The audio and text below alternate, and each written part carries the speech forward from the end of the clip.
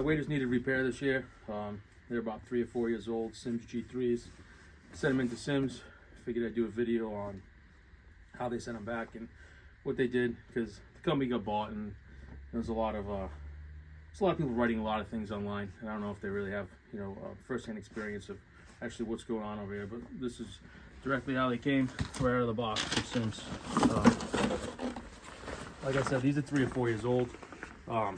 Warm almost every day for one whole summer, whether it was fishing with them, digging clams in Narragansett Bay, and then all winter long fishing out the Deerfield with my friend, hiking through 2 feet of snow. They've just seen it all in the last 3 or 4 years. So they started getting some leaks around the legs, the crotch area. So, and I don't think I've ever sent them in before, so I figured why not send them in and see what they did. I'm just gonna flip them inside out so we can see what was done on them.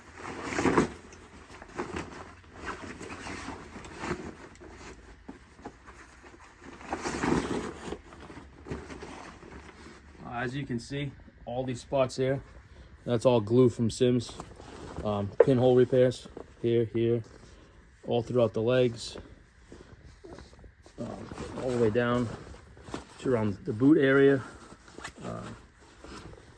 All this tape right here, this is all new seam tape. Really wasn't expecting that, but that's great that they did that, because it was starting to come apart. So yeah, I mean, looks like they went right through the whole pair.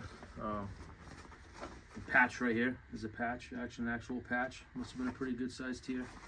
But yeah, glue everywhere, seam tape everywhere. I would expect these to last another 3 or 4 years now that they came back like this. So yeah, it's just give me some good confidence in the brand that they're still doing things right over there, repairing things in the USA. If you buy one of their guide series of waders, at least these these were G3s, G4s. I'm definitely gonna stand behind them, for the long run.